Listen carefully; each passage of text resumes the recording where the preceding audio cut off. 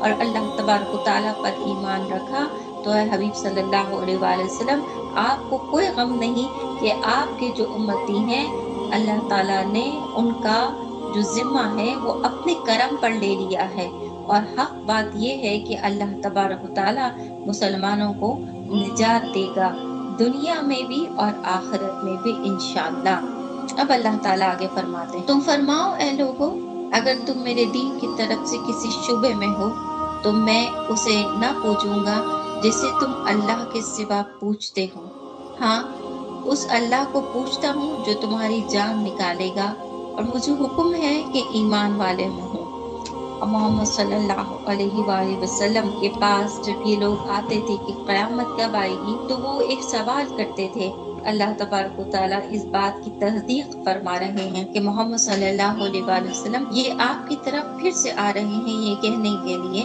کہ جس دین کی تم بات کرتے ہو، اس دین میں جس خدا کا ذکر ہے، جس اللہ کا تم ذکر کرتے ہو، اے حبیب صلی اللہ علیہ وآلہ وسلم آپ جس اللہ تعالیٰ کی طرف ایمان لانے کو ہمارے لیے نجات کا سبب سمجھتے ہیں، تو ہم یہ چاہتے ہیں کہ آپ اس اللہ کو ہمیں دکھائیے، آپ اس اللہ کو ہمیں دکھائیے، اور نہیں تو پھر ہم پر قیامت آ جائے۔ آپ کہتے ہیں کہ پچھلی قوموں پر عذاب آیا تو پھر ان پر کیوں کر عذاب نہیں آتا؟ وہ کہتے کہ ان پر کیوں کر عذاب نہیں آتا؟ وہ کہتے تھے اے محمد صلی اللہ علیہ وآلہ وسلم ایسا معاملہ کر دیتے ہیں کہ ہم آپ کے اللہ کی بھی عبادت کریں گے اور آپ جو ہے ہمارے بتوں کی بھی پوجا کیجیے، اللہ تبارک و تعالیٰ کی بھی کی وحدانیت پر بھی ایمان رکھیں گے، اور ہم اللہ کے رسولوں پر بھی ایمان رکھیں گے، اور آپ بھی ایسا کیجئے کہ آپ بھی ہمارے بتوں پر ایمان لے آئیے۔ تو اللہ تبارک و تعالیٰ کے حکم سے محمد صلی اللہ علیہ وآلہ وسلم کی جب آنکھیں غمگین ہو گئی کہ یہ کس طرح کی فضول گفتگو فرما رہے ہیں یہ لوگ، تو پھر اس وقت اللہ تبارک و تعالیٰ نے فرمایا اے حبیب صلی اللہ علیہ وآلہ وسلم اپنی آنکھوں کو آپ کو نم کرنے کی ضرورت نہیں ہے، ان کے سامنے ڈٹ جائیے، کہہ دیجئے کہ میں اللہ کے سوا کسی کی عبادت نہیں کروں گا۔ اور یہ جو کہتے ہیں کہ ان کی تم بتوں کی پوجا کرو، تو حبیب صلی اللہ علیہ وآلہ وسلم آپ ان کو کہہ دیجئے کہ آپ اللہ کے سوا کسی کی عبادت نہیں کرتے، آپ اللہ کے سوا کسی کو نہیں پوچھتے، اور اگر پوچھنے کی بات کرتے تو ان سے کہہ دیجئے کہ میں اس اللہ کی عبادت کرتا ہوں جو تمہاری جان نکال دے گا، تمہارے بتوں میں اتنی طاقت نہیں، اور کہہ دو کہ مجھے حکم ہے کہ میں ایمان والوں میں ہوں۔ حبیب صلی اللہ علیہ وآلہ وسلم فرما دیجئے ان سے کہ اللہ تبارک و تعالیٰ کی طرف سے آپ کو حکم ہے کہ آپ تو ایمان والے، تبارک و تعالیٰ کے حکم سے اللہ نے فرمایا، اور یہ کہ اپنا منہ دین کے لیے سیدھا رکھ، سب سے الگ ہو کر، اور ہرگز شرک والوں میں نہ ہونا۔ اب آگے فرماتے ہیں اللہ تبارک و تعالیٰ اے حبیب صلی اللہ علیہ وآلہ وسلم ان سے کہہ دیجئے کہ آپ وہ ہیں جن کو اللہ تعالیٰ کی حکم ہوا ہے کہ بس وہ ایمان والوں میں رہے، اور ایمان کیا ہے؟ ایک اللہ کی عبادت کرنا۔ اور اگر یہ کہتے ہیں کہ ان کو اللہ دکھائی نہیں دیتا تو کہہ دیجئے کہ خدا بندہ کریم نے فرمایا ہے کہ ہمارا جو دین ہے وہ سیدھا ہے۔ اللہ تبارک و تعالیٰ نے فرمایا اے محمد صلی اللہ علیہ وآلہ وسلم ان سے کہہ دو، اور ایمان والوں سے بھی کہہ دو کہ ان کی فضول گوئی میں نہ جائے، بلکہ سب سے الگ ہو کر اگر یہ شرک کرتے ہیں، حقیقت یہ ہے کہ محمد صلی اللہ علیہ وآلہ وسلم کو خدا بندہ کریم نے فرمایا کہ اللہ تعالیٰ کا جو دین اسلام ہے اس کا راستہ سیدھا ہے، اور اگر اس راستے سے ایمان والے کو بھی اگر کوئی بھٹکانے کی کوشش کرے تو ایمان والوں سے لازم ہے کہ وہ پھر سب سے الگ ہو جائے، نہ کہے کہ جناب میری ماں کسی بت کی پوجا کرتی ہے تو میں کیسے چلا جاؤں اس دین کی طرف، بلکہ اللہ تعالیٰ فرماتا ہے سب سے الگ ہو جاؤ، لیکن شرک مت کرو۔ اللہ فرماتا ہے ہرگز شرک والوں میں نہ ہونا، یعنی کہ اللہ کے سوا کبھی کسی کی عبادت نہ کر۔ اگر وہ ایمان نہیں لاتے محمد صلی اللہ علیہ وآلہ وسلم، آگے اللہ فرماتا ہے اور اللہ کے سوا اس کی بندگی نہ کر جو نہ تیرا بھلا کر سکے نہ برا، پھر اگر ایسا کرے تو اس وقت تو ظالموں سے ہوگا۔ پروردگار عالم نے مزید فرمایا کہ ایک تو شرک مت کرنا، دوسرا یہ اللہ تعالیٰ آگے فرماتا ہے پھر اگر ایسا کرے تو اس وقت ظالموں سے ہوگا، یعنی کہ اگر تھوڑی دیر کے لیے بھی شبہ کوئی آ گیا نا اللہ وحدہ لا شریک لہو کی ذات میں، خدا نہ کرے اللہ، خدا بندہ کریم فرماتا ہے کہ وہ دین اسلام سے خارج ہو جائے، اور پھر وہ کون ہے؟ ظالم ہے۔ اللہ تعالیٰ فرماتا ہے پھر وہ ظالموں سے ہوگا، اور آگے اللہ فرماتا ہے اور اگر تجھے اللہ کوئی تکلیف پہنچائے تو اس کا کوئی ٹالنے والا نہیں، کے سوا، اور اگر تیرا بھلا چاہے تو اس کے فضل کا رد کرنے والا اللہ تبارک و تعالیٰ فرماتے ہیں کہ مومنوں سے کہہ دیجیے کہ اگر کوئی آزمائش آتی ہے اللہ تعالیٰ کی طرف سے، اللہ تعالیٰ فرماتا ہے یہ نہ سمجھنا ہے کہ یہ بت تمہاری تکلیف کو دور کر سکتے ہیں، بلکہ اللہ کے سوا ان تکلیفوں کو کوئی ٹالنے والا نہیں۔ اور اللہ تعالیٰ فرماتا ہے اور اگر تیرا بھلا چاہے تو رب تعالیٰ نے فرمایا یہاں تیرے رب نے کہ تمہیں روزی کا دینے والا، یا اگر میں تم کو روزی دینا چاہوں تو اس کا رد کرنے والا کوئی نہیں، بلکہ اللہ تعالیٰ نے مزید فرمایا کہ انعامات کی طرف اشارہ فرما رہا ہے، فضل، کہ اگر اللہ تعالیٰ تمہیں تمہاری حیثیت تمہارے حق سے زیادہ کوئی انعام دینا چاہے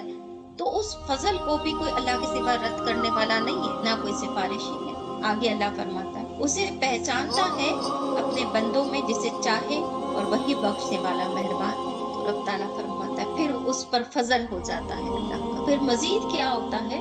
اور وہی بخشنے والا مہربان۔ اور اگر کہیں کوئی جنبش آ بھی جائے انسان کے اندر، یہ نہیں کہ ایمان سے خارج ہونے والی بات نہیں، اس کے لیے تو کلمہ توحید پڑھنا ضروری ہے، لا الہ الا اللہ محمد رسول اللہ 3 دفعہ پڑھے گا پھر ہی دین اسلام میں داخل ہوگا۔ لیکن ایک وہ بات کہ انسان یہ کہ تھک گئے یا کوئی شکوہ کر بیٹھے پروردگار عالم سے، پروردگار عالم فرماتا ہے کہ پھر اللہ مہربان ہے، رحمان ہے، وہ معاف بھی فرما دیتا ہے، اپنے فضل سے اس کو پھر سے نواز دیتا ہے، کیونکہ اللہ کا فضل بہت بڑا ہے، یاد رکھیں بہت بڑا ہے اللہ کا فضل۔ آگے فرماتا ہے تم فرماؤ اے لوگوں تمہارے پاس تمہارے رب کی طرف سے حق آیا، تو جو راہ پر آیا وہ اپنے بھلے کو راہ پر آیا، اور جو بہکا وہ اپنے برے کو بہکا، اور کچھ میں کروڑا نہیں۔ یعنی کہ اللہ تبارک و تعالیٰ فرماتے ہیں کہ حبیب صلی اللہ علیہ وآلہ وسلم اگر یہ آپ سے یا آپ کے ایمان والوں بندے سے کہ اگر تم نہیں مانتے دین اسلام کو تب مانو، کیونکہ تمہاری طرف تو اللہ کی طرف سے حق آیا، یعنی کہ قرآن مجید بھی آیا اور دین اسلام بھی آیا ہے۔ اے حبیب صلی اللہ علیہ وآلہ وسلم اگر وہ نہیں مانتے تو وہ اپنے لیے برا کر رہے ہیں، اگر وہ اللہ تبارک و تعالیٰ کی طرف سے آئے ہوئے حق کی راہ پر نہیں چلتے، وہ اپنے لیے حق کی راہ پر نہیں چلتے اور وہ اپنے لیے برا کر رہے ہیں۔ تو جو دین اسلام میں داخل ہوا اور جو اس کے بعد قرآن مجید پڑھ، اللہ تبارک و تعالیٰ فرماتے ہیں کہ جس نے حق کو سمجھا، جس نے قرآن مجید کو سمجھا اس نے اپنے لیے سمجھا، اور جس نے قرآن مجید کو بھلا دیا اس نے اپنے لیے خود ہی برا فیصلہ کیا۔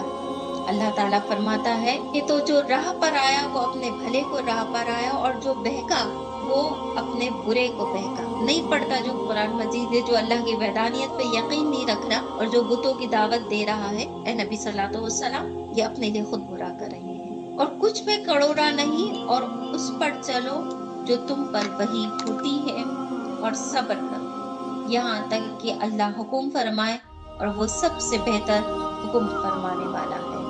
اب اللہ تبارک و تعالیٰ نے فرمایا اے حبیب صلی اللہ علیہ وآلہ وسلم کہ اگر کسی سے کوئی خطا ہو جاتی ہے، کوئی گناہ کر بیٹھتا ہے، تو رب تعالیٰ نے فرمایا کہ اگر کسی سے کوئی غلطی ہو گئی ہو،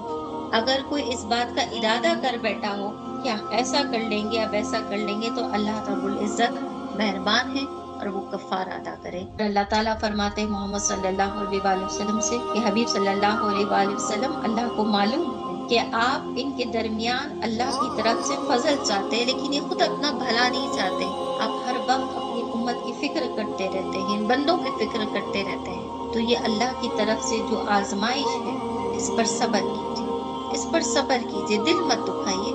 صبر کیجیے یہاں تک کہ اللہ حکم فرمائے، یعنی کہ جب تک کہ آپ کے پاس اگلی وحی نہیں آتی تب تک بس ان سے اتنا کہہ کر اپنی بات کو الگ کر لیجیے ان سے۔ اور دوسرے یہاں پر دوسرے معنی یہ بھی نکلتے ہیں کہ یہاں تک کہ اللہ حکم فرمائے، یعنی کہ قیامت کا دن آ جائے۔ محمد صلی اللہ علیہ وآلہ وسلم تو آج بھی زندہ ہیں، ہمارا اللہ تبارک و تعالیٰ محمد صلی اللہ علیہ وآلہ وسلم صبر کیجیے یہاں تک کہ اللہ کا حکم آ جائے، یعنی کہ قیامت آ جائے، اور پھر وہ سب سے بہتر حکم فرمانے والا ہے، یعنی کہ جب قیامت کا دن ہوگا تو پھر وہ حکم عطا کر دے گا، کس کو؟ ایمان والوں کو کافروں سے الگ کر دے گا، اور پھر اس کے حکم کو کوئی بھی نہیں ٹال سکتا، کیونکہ رب تعالیٰ ہی اس وقت کون ہوگا؟ وہی جج ہے، وہی وکیل ہے ہمارا، سب کچھ جانتا ہے، دلوں میں چھپی ہوئی باتوں کو بھی وہ جانتا ہے۔